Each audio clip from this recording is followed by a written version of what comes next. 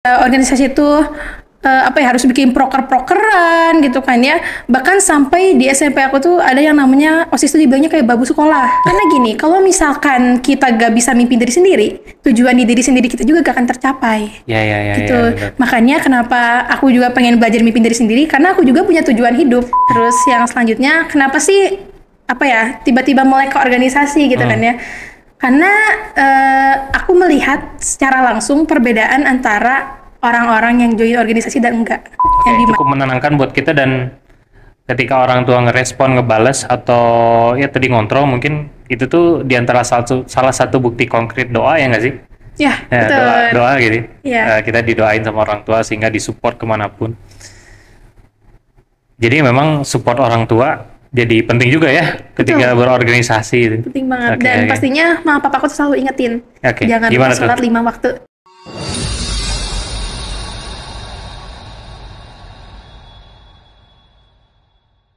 Assalamualaikum warahmatullahi wabarakatuh. Halo teman-teman semua. Kali ini ada program baru di podcast One Ummah Movement, namanya Edu Connection. Edu Connection ini banyaknya kita bakal diskusi sama tokoh-tokoh atau orang-orang dari kalangan pelajar atau mahasiswa. Kita bakal gali cerita-cerita menarik atau mungkin pandangan-pandangan tertentu terhadap satu isu atau satu tema, sehingga mungkin bisa kita gali bareng-bareng gimana sih pemikiran mungkin anak-anak pelajar atau mahasiswa ini terhadap sebuah isu atau sebuah tema. Kenapa? Karena tentu ketika seseorang itu mulai memikirkan apa yang di luar dirinya sendiri, maka itu adalah jadi titik awal seseorang itu membuat perubahan. Itu satu poin. Tapi satu poin lain, tentunya di Edu Connection ini kita ingin membuka relasi, membuka pertemanan yang lebih luas kepada pelajar atau mahasiswa, sehingga nantinya ke depannya mungkin banyak program-program atau kolaborasi-kolaborasi yang bisa kita lakuin bareng One Ummah dan juga sekolah-sekolah tertentu. Nah, kali ini spesial karena kita kedatangan Teh Arin, Masya Allah nih. Assalamualaikum Teh. Iya, waalaikumsalam Kang. Teteh dari mana nih sekolahnya, kalau boleh tahu? Aku, salam kenal aja langsung salam ya. Kenal langsung aja. Selamat sore semuanya. Nama aku Arin Hoirunisa. Aku sebagai pelajar dari SMA IT Miftahul Khair Bandung. Saat ini aku kelas 12 SMA dan menjabat sebagai Ketua Umum dari Forum OSIS Kota Bandung generasi ketiga. Oh, generasi ketiga. Jadi semua OSIS di Bandung, Teteh ketuanya gitu ya? Nah, gini, kita tuh emang namanya Forum OSIS Kota Bandung. Tapi kita di sini gak cuman mencakup OSIS doang. Kita di sini mewadahi pelajar dari kalangan OSIS, non-OSIS, dan juga MPK. Dan ini tuh... Apa tuh MPK? Nah, MPK tuh... Wah, apa coba Kang? Wah, tadi balas dendam ini singkatannya. Masa gak tahu? Apa? MPK? Majelis Permusyawaratan Kelas. Majelis Permusyawaratan Kelas. Oke, dan di sekolah saya nggak ada dulu. Oh, nggak ada? Nggak ada waktu zaman saya. Emang ini tuh baru. Oh, baru ya? Baru-baru, iya. Dan hanya di beberapa sekolah doang justru ya. Dan sekarang Forum OSIS Kota Bandung itu tuh mereka menghimpun dari anggota di SMP, SMA, SMK, pokoknya MTS, MA semuanya. Oh, ya nggak cuman, kan biasanya yang gabung OSIS doang gitu ya, ngumpulin Teh. Tapi semuanya lah ya, si Forum OSIS ini. Iya. Masya Allah, tabarakallah. Udah berapa lama ngejabat? Untuk menjabatnya sendiri aku OTW 1 tahun ya, nanti di Agustus gitu ya. Dan sekarang Forum OSIS Kota Bandung ini udah banyak Kang anggotanya. Kita udah ada 1.800 anggota dari 300 lebih sekolah di Kota Bandung. Oh, bisa gitu ya, Masya Allah. Kenapa Teh dulu waktu gabung pertama kali OSIS, mungkin awalnya di OSIS dulu kan? Sebelum ke Forum OSIS? Betul, aku dulunya di OSIS di SMA, terus jadi ketua OSIS, nah terus lanjut lagi ke Forum OSIS Kota Bandung. Kalau boleh tahu kenapa sih alasan gabung OSIS? Kan kalau kuliah nih ya, kalau mahasiswa kan biasanya kupu-kupu tuh. Oh iya, kuliah pulang. Iya. Kalau apa tuh? Kalau pelajar berarti buku-buku apa? Apa ya? Belajar pulang apa? Iya, belajar pulang. Iya gitu. Apa tuh? Tapi kenapa maksudnya Teteh pengen join atau memutuskan join OSIS? Padahal ada mungkin sebagian mahasiswa yang kupu-kupu, terus ada juga sebagian pelajar yang ngapain sih, males organisasi gitu ya. Udah capek sama tugas, capek sama kemudian kehidupan misalnya, tapi milih gabung organisasi gitu. Yang notabene organisasi ini kayak ribet gitu maksudnya, enggak sih? Oke, bener banget Kayak sih kalau di kampus tuh kayak BEM kan gitu. Iya bener-bener. Jadi dulu tuh aku di SMP memang anaknya yang ngerasa organisasi itu ribet banget. Karena apa? Harus rapat. Iya. Terus juga kayak apalah harus ada bina mentalnya gitu kan. Menurut aku tuh kayak ngapain gitu kan ya. Terus juga organisasi itu harus bikin proker-prokeran gitu kan ya. Bahkan sampai di SMP aku tuh ada yang namanya OSIS itu dibilangnya kayak babu sekolah. Ya kan mungkin itu banyaknya di sekolah manapun gitu ya yang namanya babu sekolah gitu.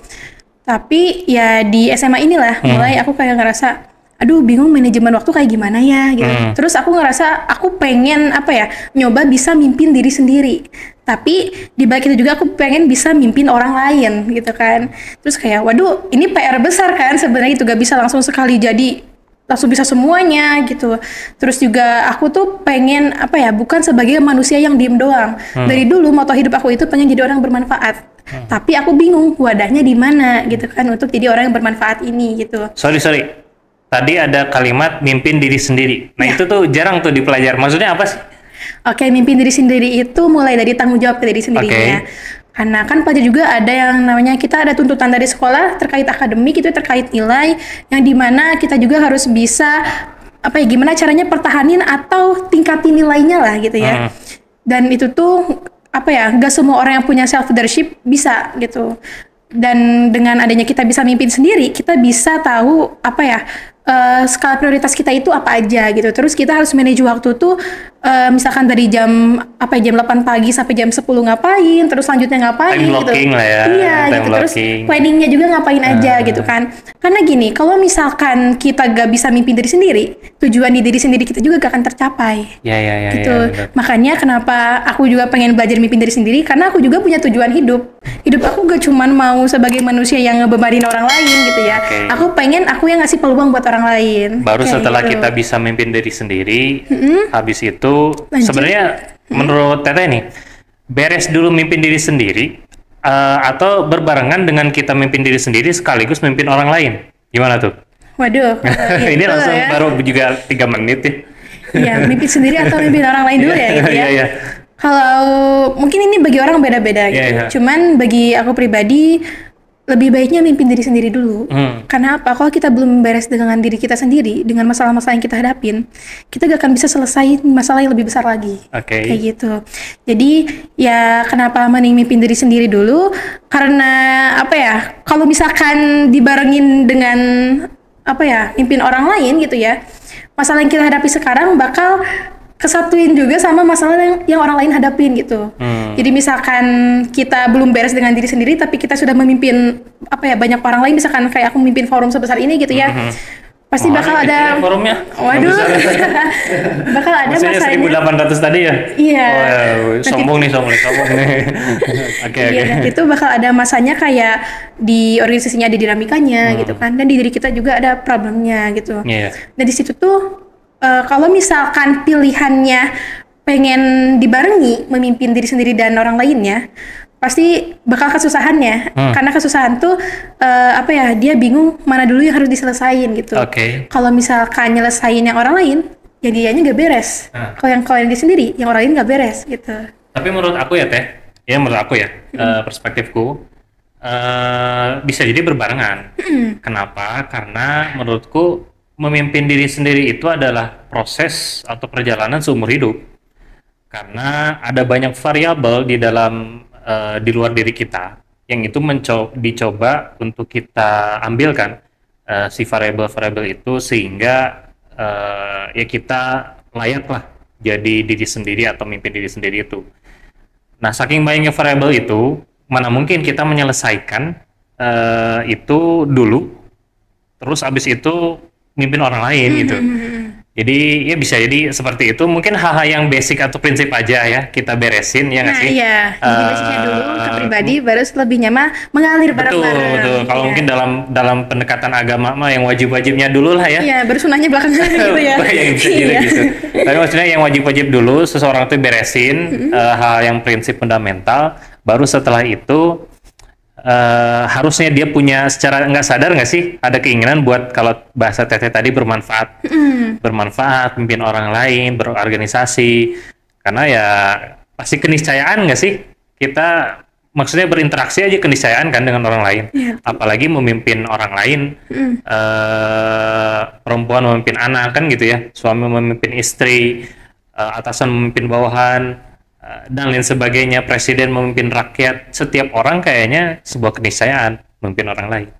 Jadi ya betul bisa jadi beresin dulu hal yang basic dasar, tadi tanggung jawab, bisa memprioritaskan, to-do list, time blocking dan lain sebagainya, baru setelah itu memimpin orang lain gitu. Tapi balik lagi tadi ke alasan Teteh Arin masuk OSIS, mulai ingin memimpin orang berorganisasi ya, mulai ingin bermanfaat dan gimana tadi? Iya, jadi tadi itu kan pengen mimpin orang lain dan mimpin diri sendiri juga ya, itu jadi memang akhirnya dibarengi gitu, dan aku juga gitu ya mimpin diri sendirinya, karena semakin banyak dinamika yang dihadapi di organisasi juga itu jadi pembelajaran untuk diri sendiri sebenarnya.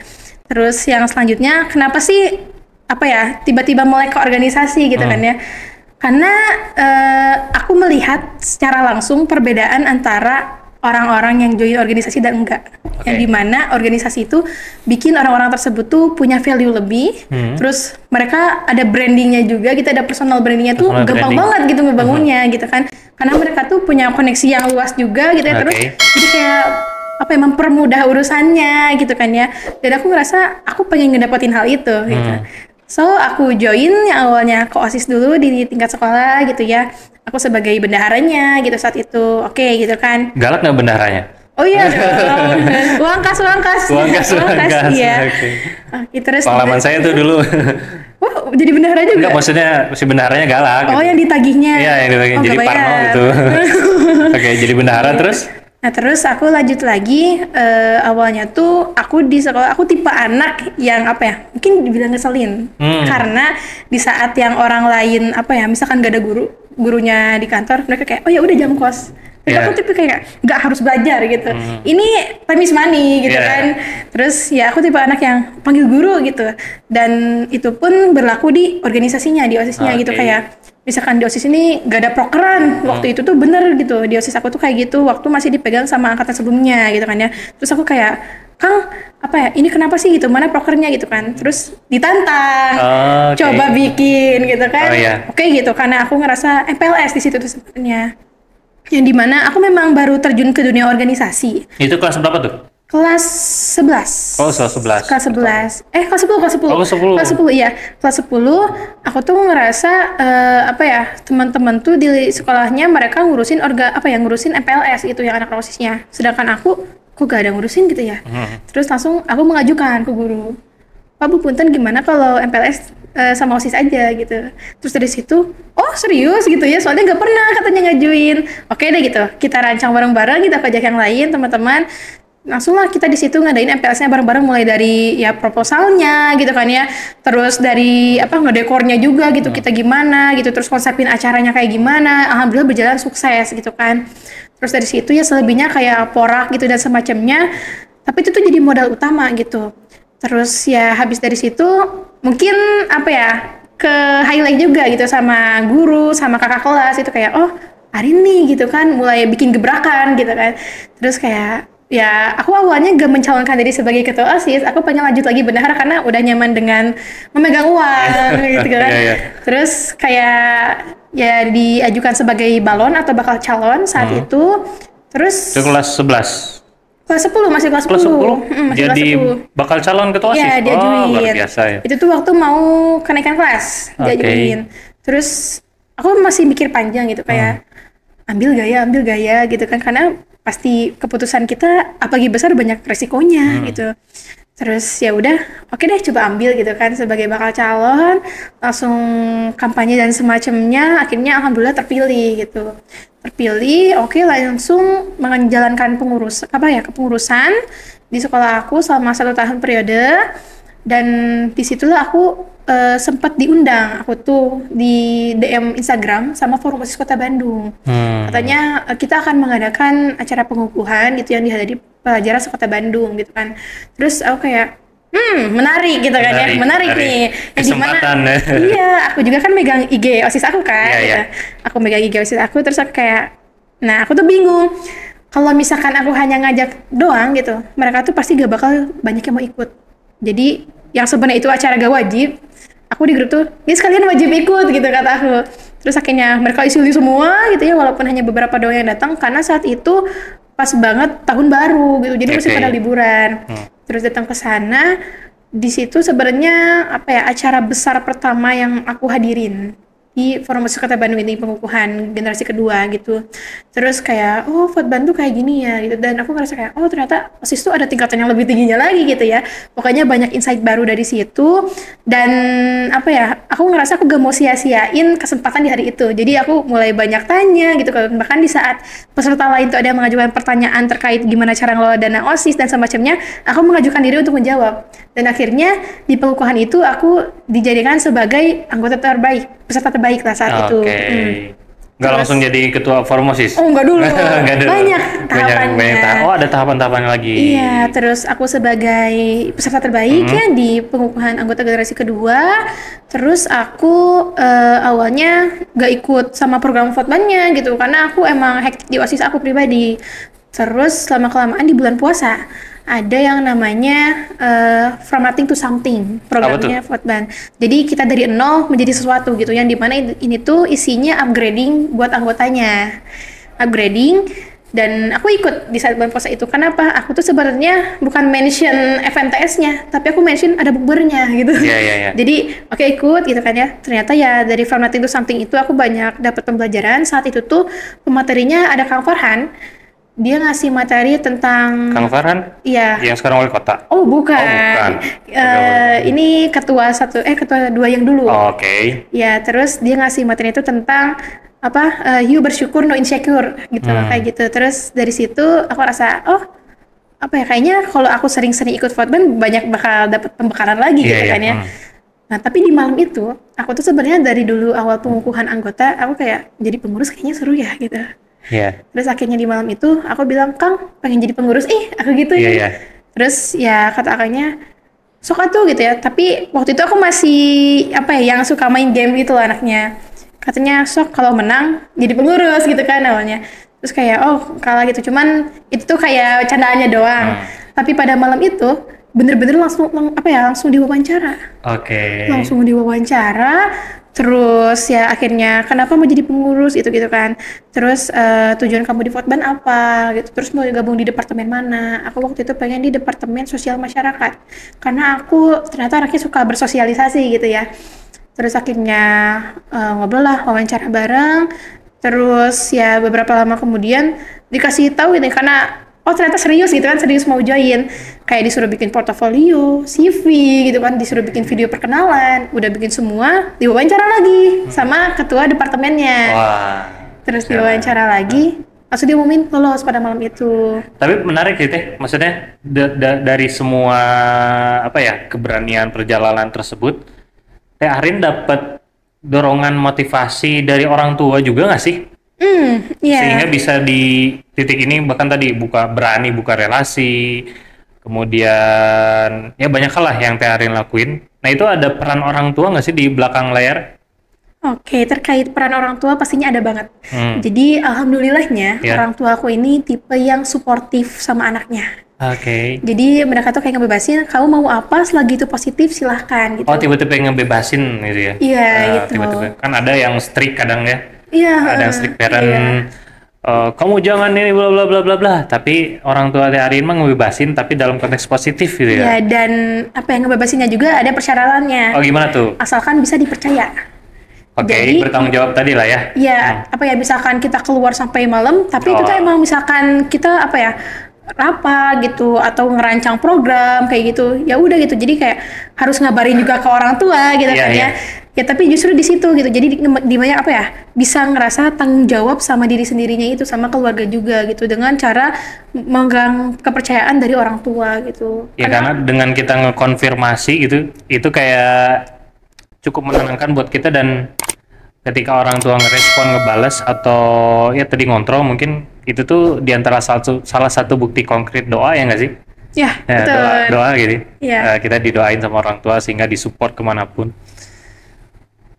Jadi memang support orang tua jadi penting juga ya ketika Betul. berorganisasi itu. Penting banget. Oke, Dan oke. pastinya mama papaku tuh selalu ingetin, Oke, jangan gimana lupa tuh? sholat 5 waktu. Nah, Oke. itu. Jadi apa ya? Setiap misalkan aku habis rapat pulang ke rumah, udah sholat belum? Gitu selalu ditanyain gitu. Kalau belum, jangan keluar lagi gitu. Jadi harus sholat dulu gitu ya. Dan ya alhamdulillahnya yang sebelumnya apa ya? Mungkin kayak sendiri ibadah tuh di Forum OSIS Kota Bandung bisa ngajak bareng-bareng gitu. Oh iya, iya, iya. Nah, kalau misalnya di luar organisasi nih, ada pandangan, ya mungkin ini juga berlaku di pelajar ya, Teh. Bukan hanya di mahasiswa atau di kampus. Kadang orang yang berorganisasi itu cenderung cuek dalam hal akademiknya.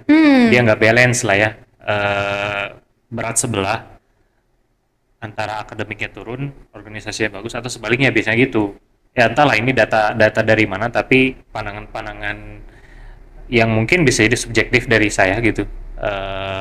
Tapi benar nggak sih kalau dalam konteks pelajar gitu, ketika ada orang aktif di luar, akademiknya ditinggalin gitu. Yang penting ya nggak remet lah, nggak merah lah gitu ya, nggak ngulang atau nggak kalau di kampus mah gitu. Nah, gimana kalau di SMA Teteh gitu atau Teteh sendiri? Oke, dari pandangan aku pribadi sebenarnya berarti itu ada yang salah sama diri sendirinya. Sama diri sendiri berarti Iya, balik lagi ya. karena kalau misalkan ya kita udah tergabung dalam organisasi, kita pastinya belajar buat manajemen waktu. Entah itu buat belajarnya, buat organisasinya gitu. Yang dimana ya jangan sampai juga manajemen waktu itu kan tujuannya supaya seimbang, supaya biar balance ya. Iya. Jadi kalau misalkan masih ada yang berat sebelah antara organisasi atau akademiknya, berarti belum diterapkan dengan baik si manajemen waktu ini nih, gitu kan. Oke. Dan aku sendiri juga, aku merasakan memang struggle-nya di situ.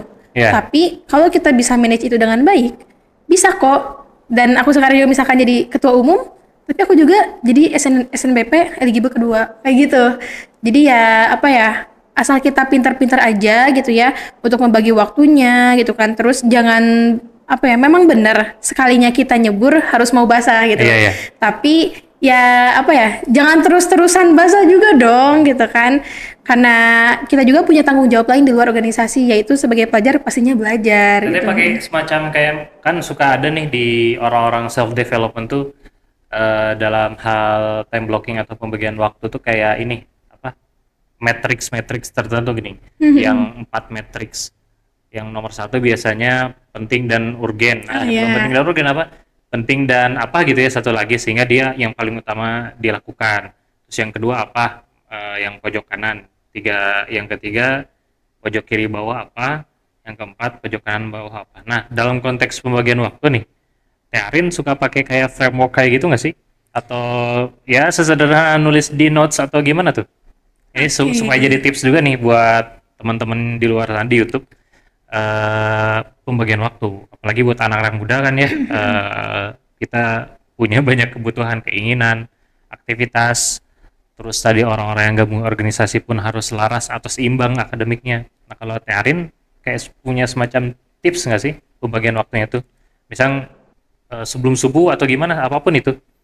Oke, untuk terkait pembagian waktu ya, aku di sini punya skala prioritas. Oke. Yang pertama Tuhan, pasti agama. Oke. Yang kedua keluarga, orang tua, kakak adik gitu ya. Terus yang ketiganya adalah organisasi dan juga akademik. Tapi di sini tuh aku bisa membaginya karena memang ada di urutan ketiga. Tapi tetap dibagi. Maksudnya itu dibagi berdasarkan tanggung jawabnya sebesar apa dulu. Oh iya iya. Iya, jadi buat teman-teman mungkin bisa diatur berdasarkan tanggung jawabnya sebesar apa. Karena misalkan aku di akademik, aku hanya menyelesaikan tugas-tugas aja gitu. Jadi kayak ya udah gitu. Misalkan setelah pulang organisasi masih bisa dikerjakan tugasnya. Tapi kenapa harus organisasi dulu gitu misalkan di hari itu? Karena aku sebagai ketua umum misalkan. Tapi ada kalanya juga di saat hal-hal di organisasinya itu gak begitu urgent. Bisa didelegasi lah ya. Betul, bisa didelegasikan ke yang lain, kasih kesempatan ke yang lain juga gitu kan. Jangan kita terus. Dan untuk aku pribadi buat time managementnya aku sih udah langsung kenalar sendiri gitu. Jadi kayak Otomasi lah ya, otomatis gitu. iya otomatis. Jadi misalkan besok ada agenda ini dari jam segini-segini ngapain, selanjutnya ngapain gitu. Aku istirahatnya jam berapa gitu, karena ya istirahat juga penting kan ya. Iya, iya. Terus ya dari situ bakal berjalan lah gitu dengan adanya aku tuh udah manage waktu kayak gitu. Ini menarik nih Teh, maksudnya balik lagi ke cerita tadi orang tua. Ini pasti mungkin ada nggak sih cara didik orang tua yang orang tua Teteh lakuin sehingga Teteh bisa kayak sekarang gitu. Karena ya jarang gitu maksudnya ketika anak muda pelajar, anak SMA 12 kelas 12 gitu ya. Dengan sekian belas tahun bisa sekritis ini, sedemikian lagi. Ya mungkin banyak juga mungkin di luar sana. Cuman mungkin juga banyak yang nggak kayak gini, nggak kayak Teteh gitu. Dan di antara salah satu faktornya kan pasti pendidikan dari orang tua. Kalau tadi disupport mah oke, alhamdulillah sudah disupport. Tapi secara gimana sih cara didik orang tua Teh Arin sehingga Teh Arin bisa kayak gini, bisa public speakingnya bagus, kemudian berani tadi berdiplomasi, ngobrol dan lain sebagainya, nalarnya rapi dan lain sebagainya. Itu gimana sih Teh? Oke, sebenarnya dari sini cara ngedidik orang tua aku tuh bukan ke menekan anak atau ngasih tahu ekspektasinya orang tua tuh kayak gimana, tapi lebih ke membangun mindset anak. Oke. Karena kalau misalkan mindsetnya udah terbangun, dari anak itu sendiri yang bakal inisiatif. Jadi apa ya, kayak misalkan dulu aku tuh tipe anak yang kayak diledek dikit ngadu ke orang tua. Oke. Wah tadi aku digini-giniin gitu ya. Dikasih cara pandang tuh, dikasih Nah, mindset. dikasih cara pandang sama mama gitu. Kamu buktiin kalau kamu gak sesuai sama perkata dia misalkan, atau misalkan coba kamu bikin lebih hebat daripada dia, digituin. Jadi aku ya kayak ngerasa oh ditantang gitu kan, tertantang.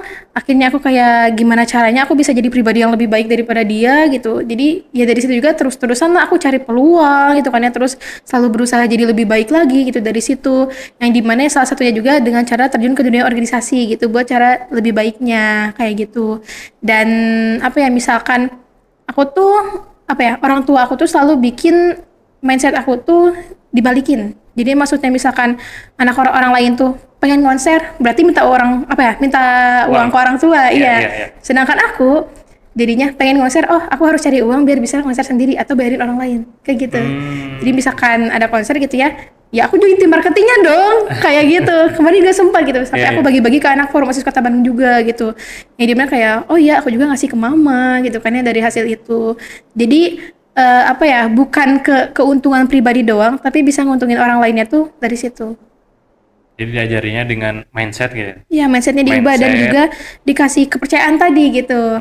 Karena dengan banyaknya anak-anak yang ngerasa gak dikasih kepercayaan, mereka ya udah bohongin aja orang tuanya. Sekarang tuh mirisnya tuh kayak gitu. Iya. Nyalahin kondisi sekitarnya malah ya. Iya, bener banget, bener banget. Harusnya nerima takdir dulu gitu ya, baik atau buruk. Kalau aku suka berprinsip, ya apapun itu konteksnya ya, apalagi orang tua, nggak ada tuh kalimat-kalimat yang contohnya hari ini kenapa sih ada kalimat kenapa aku dilahirin dari orang tua seperti ini dan lain sebagainya. Padahal baik dan buruknya itu kan yang terbaik kan. Betul. Baik dan buruk padahal cuma dalam pandangan manusia kan, bisa jadi di pandangan Allah mah itu terbaik gitu. Berarti kamu memang yang di situ terbaiknya gitu. Dalam konteks apapun ya. Orang tua dilahirkan di mana, lingkungannya di mana, pertemanan, sekolah, kuliah dan lain sebagainya. Itu yang terbaik gitu.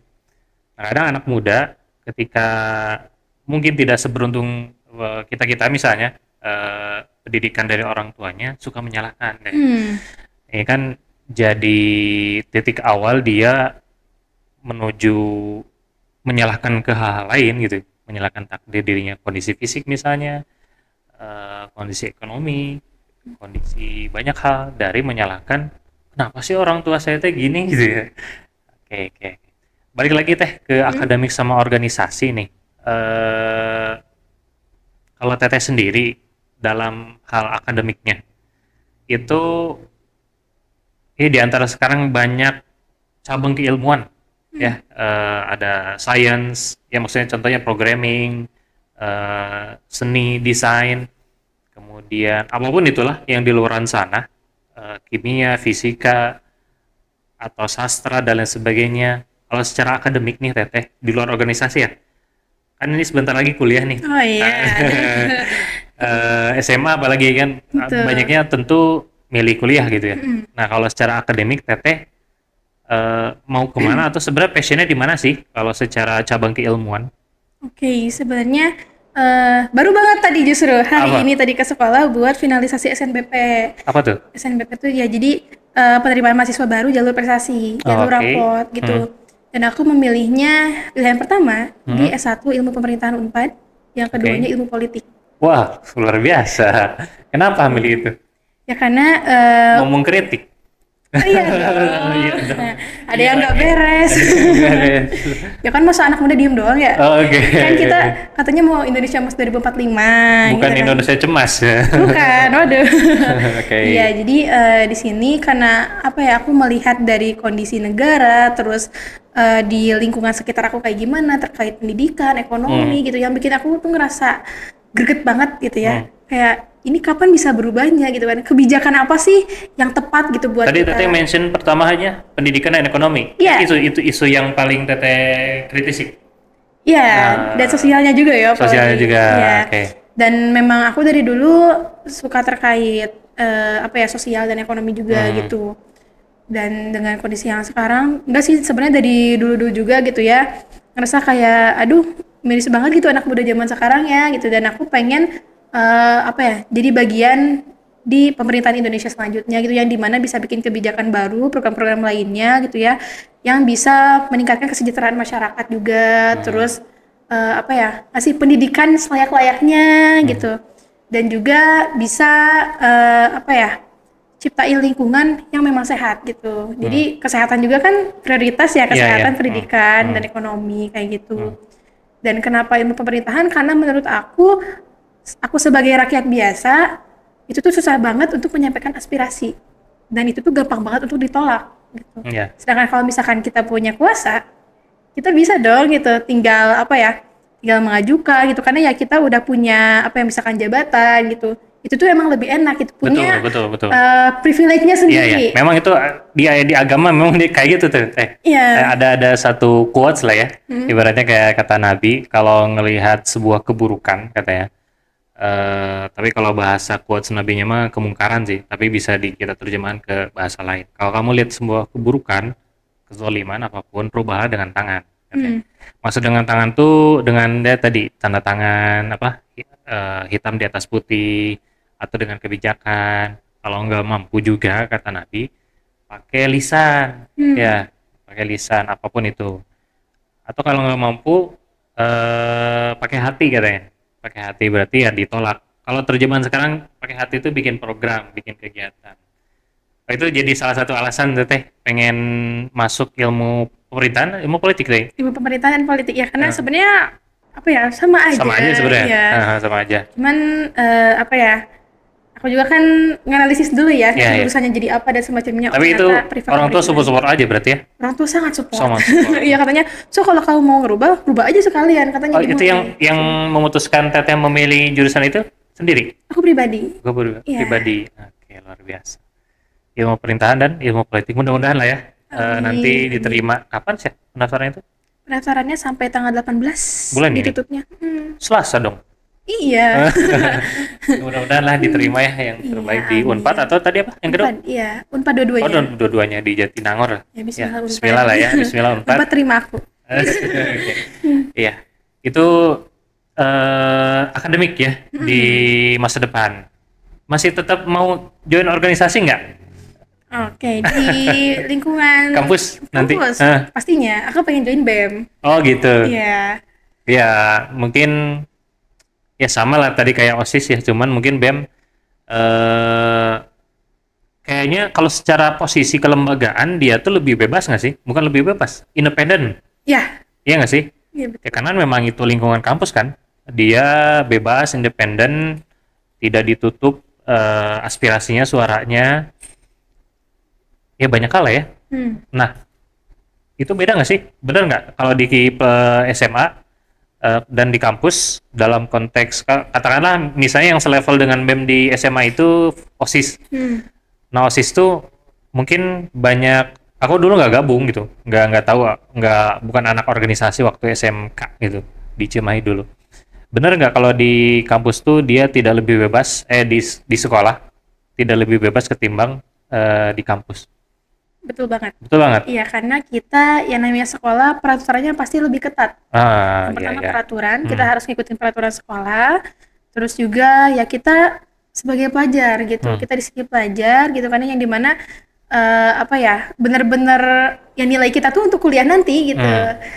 Terus kan ya kalau kuliah mah udah pribadi-pribadinya lah ya. Iya, Dan iya. kita tuh kan emang pelajar misalkan nilai kita rendah ya ngaruh juga buat angkatan selanjutnya gitu buat penilaian sekolahnya juga gitu ya. Ini mah kita juga harus jaga citra sekolah di saat ya OSIS tuh mau ngadain sesuatu tuh harus bener-bener mikirin dampaknya ke sekolah nih apa sih Iya, gitu iya. kan. Terus juga ya banyak juga sekolah yang memang membatasi atau lebih strict gitu buat OSIS-OSISnya gitu. Bahkan banyak juga guru yang kurang support sama anak-anak OSISnya gitu. Itu tuh jadi penghambat lah, jadi tantangan juga buat OSIS yang di lingkup SMP dan juga SMA. Dan kayaknya kalau Teteh gabung BEM, wah aku bebas gitu. Iya, pengennya kayak gitu. Iya. Oke. Dan salah satunya tadi sih sebenarnya Apa gimana tuh? kita masih pelajar, ya kita kan belum punya KTP gitu. Jadi Oh, apa iya. ya, buat akses kemana-mana tuh masih terbatas lah kita sebagai pelajar. Kita yang namanya apa ya, butuh pembina OSIS tuh bener gitu, butuh pembina. Sedangkan BEM kan kayak ya udah ada ketua BEM-nya ya udah gitu. Iya, iya. Bahkan kita misalkan per departemen di BEM tuh tanpa ketua BEM juga ya udah bergerak mah bergerak gitu. Emangnya kalau nanti masuk BEM nih, apa yang ngebedain secara personal Teteh? Mungkin program atau kontribusi atau suatu saat jadi ketua BEM misalnya. Eh, di saat hari ini juga ketua-ketua BEM atau BEM-BEM kampus ada sebagian kecil mungkin ya. Saya nggak tahu ini data kasar aja. Sebagian kecil misalnya contoh proker BEM itu selalu turunan dari cuttingnya atau alumni gitu. Entah itu lomba e-sport misalnya, bakti sosial dan lain sebagainya. Itu banyak yang melanjutkan si template prokernya dari cutting atau alumni-alumninya. Nah kalau Teteh nanti masuk BEM, ya mudah-mudahan insya Allah amin lah. Syukur-syukur jadi ketua. Amin, Masya Allah amin ya, Unpad gitu ya. Iya. Apa yang bakal ngebedain gitu Teh? Oke. Kalau misalkan aku join BEM, Eh, aku pastinya aku bakal tanya dulu nih, apakah program turunan tersebut masih relevan Oke. dengan sekarang atau enggak? Harus objektif tentunya ya. Betul, kita harus objektif dan subjektif juga dong gitu. Iya. Kalau misalkan masih relevan, oke lanjut. Hmm. Dengan mempertimbangkan apa ya nanti benefitnya buat kita apa, terus dampak orang lainnya kayak gimana gitu kan. Oke lanjut. Tapi kalau misalkan udah gak relevan, kita berinovasi. Gitu. Karena sekarang tuh zamannya kolaborasi bukan kompetisi. Iya, gitu. iya, iya. Jadi ya kita berinovasi.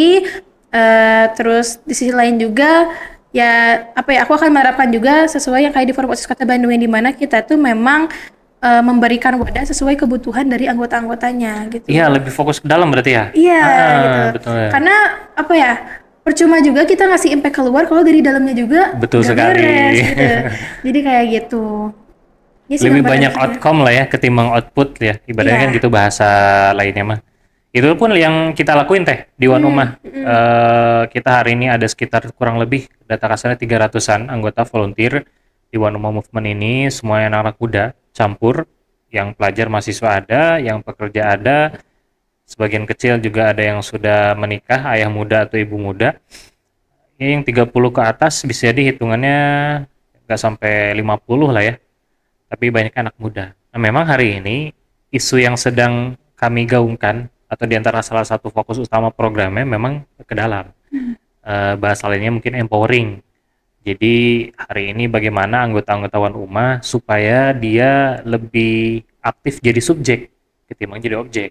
Jadi objek itu kan ya sesederhananya disuruh-disuruh jadi panitia-panitia. Tapi hari ini di One Umah mencoba nge-upgrade si kualitas volunteer atau anggotanya jadi subjek juga. Siapa yang bisa atau passion jadi influencer, silahkan. Yang cita-citanya jadi ustadz ustazah, ayo kita bimbing bina gitu ya, dididik.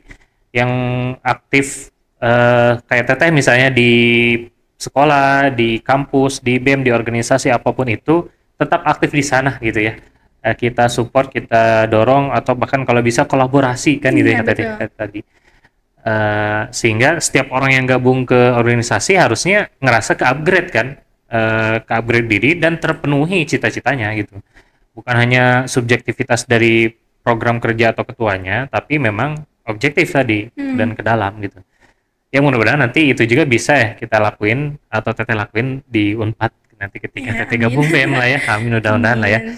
Dan ya mudah-mudahan nanti bisa kolaborasi lah. Ya, pertemuan Karena Umah. betul, karena ini kan jadi apa ya, tangga pertama lah ya silaturahmi ini. Ketika nanti Teteh mungkin gabung di Unpad, maksudnya kuliah, kemudian gabung organisasi dan lain sebagainya. Ya, setidaknya di aspek-aspek tertentu kayaknya ingat tuan rumah gitu. Iya. Oke. Nggak kerasa ini udah 40 menit ya. Aduh. Panjang lebar kita bahas akademik dan organisasi, apapun itu. Aku nangkap banget banyak hal insight dan ya jarang gitu ya. Anak muda masih kelas 12 nalarnya rapi terhadap organisasi, akademik dan lain sebagainya. Itu jadi apa ya? Setidaknya harapan lah buat kita-kita semua masyarakat Indonesia bahwasanya mungkin narasi-narasi Indonesia Emas 2045 juga probabilitas ketercapaiannya juga insya Allah tinggi lah ya. Bukan berubah jadi cemas gitu. Iya. Nah itu memang dimulai dari sejak ya bangku sekolah gitu. Bukan ketika mereka lulus atau apapun itu, bahkan dimulai dari pendidikan dini atau balita gitu. Ketika kita mengidam-idamkan, sebenarnya kan 2045 itu emas itu kan dalam konteks ekonomi biasanya kan Iya. dibicarakan dalam konteks ekonomi, kalau nggak salah top 7 apa gitu si Indonesia tuh ya, dia menempati tertinggi. Tapi tentu itu akan berpengaruh pada banyak hal satu sisi, dan itu dipengaruhi oleh banyak hal kan, Iya. ekonominya misalnya sekian, posisi sekian global itu akan berpengaruh pada pendidikan, berpengaruh pada lingkungan tadi ya, Iya, betul. berpengaruh pada sosial, infrastruktur, sebaliknya ya nggak sih, Iya. dipengaruhi oleh Iya. itu tadi, Bener banget. dipengaruhi oleh infrastruktur yang baik, dipengaruhi oleh pendidikan yang baik, mudah dijangkau, tidak diefisiensi, Nggak. Tidak, dia demikianlah. Kemudian ekonomi mikronya, kemudian support dibangun, terus lingkungannya sehat terjaga dan lain sebagainya. Nah maka sebenarnya Teh, kalau bicara nyambungin ke Indonesia Emas gitu ya, dalam hal ini, langkah kecil apapun ketika kita niatkan, wujudkan untuk perubahan gitu ya, itu suatu saat akan terasa dampaknya gitu, cepat atau lambat, syukur-syukur atau minimal buat diri, dan optimalnya untuk negara dan agama kan gitu. Iya. Jadi apa yang hari ini kita lakuin, upgrade dirinya buat diri gitu ya. Kebaikannya buat diri, dalam konteks agama pahalanya buat diri gitu ya. Nah ketika itu kita optimalin, kita maksimalin, ya mudah-mudahan harusnya si kebermanfaatan kebaikan itu berpengaruh pada hal-hal di luar diri gitu. Kalau mau dikaitkan dengan negara ya Indonesia Emas katakanlah gitu. Ya itu mah bukan kesimpulan gitu ya, tapi iklan dan lain sebagainya. Kurang lebihnya Teh Arin makasih banyak buat hadir ke podcast Edu Connection di One Ummah Movement ini. Mudah-mudahan nanti kita bisa silaturahmi lagi ya. Mungkin silaturahmi lanjutannya bukan ngobrol, tapi langsung melangkah dengan nyata gitu ya. Iya. Bikin program lah ya, bikin sesuatu apa sih yang bisa berdampak, bermanfaat buat masyarakat tentunya ya. Jadi ini sebagai bridging awal, prolog, dan mudah-mudahan kita nanti ketemu lagi di ruang-ruang yang lebih berdampak, lebih nyata, lebih konkret gitu ya. Sekali lagi, thank you banget Teh Arin sudah hadir. Mudah-mudahan proses administrasi tadi itu ya, atau kuliahnya nanti dimudahkan, dilancarkan, dan diterima di Unpad ya. Amin. Kalau nggak di Unpad, yang kedua juga di Unpad gitu. Oke, mudah-mudahan diberikanlah yang terbaik nanti, pilihan-pilihan akademik ataupun karir dan juga organisasi. Thank you banget sekali lagi teman-teman One Ummah Movement juga. Terima kasih. Jangan lupa like, comment, share, dan subscribe channel One Ummah Movement. Nanti kita ketemu lagi di podcast selanjutnya. Jazakumullah khairan. Wassalamualaikum warahmatullahi wabarakatuh.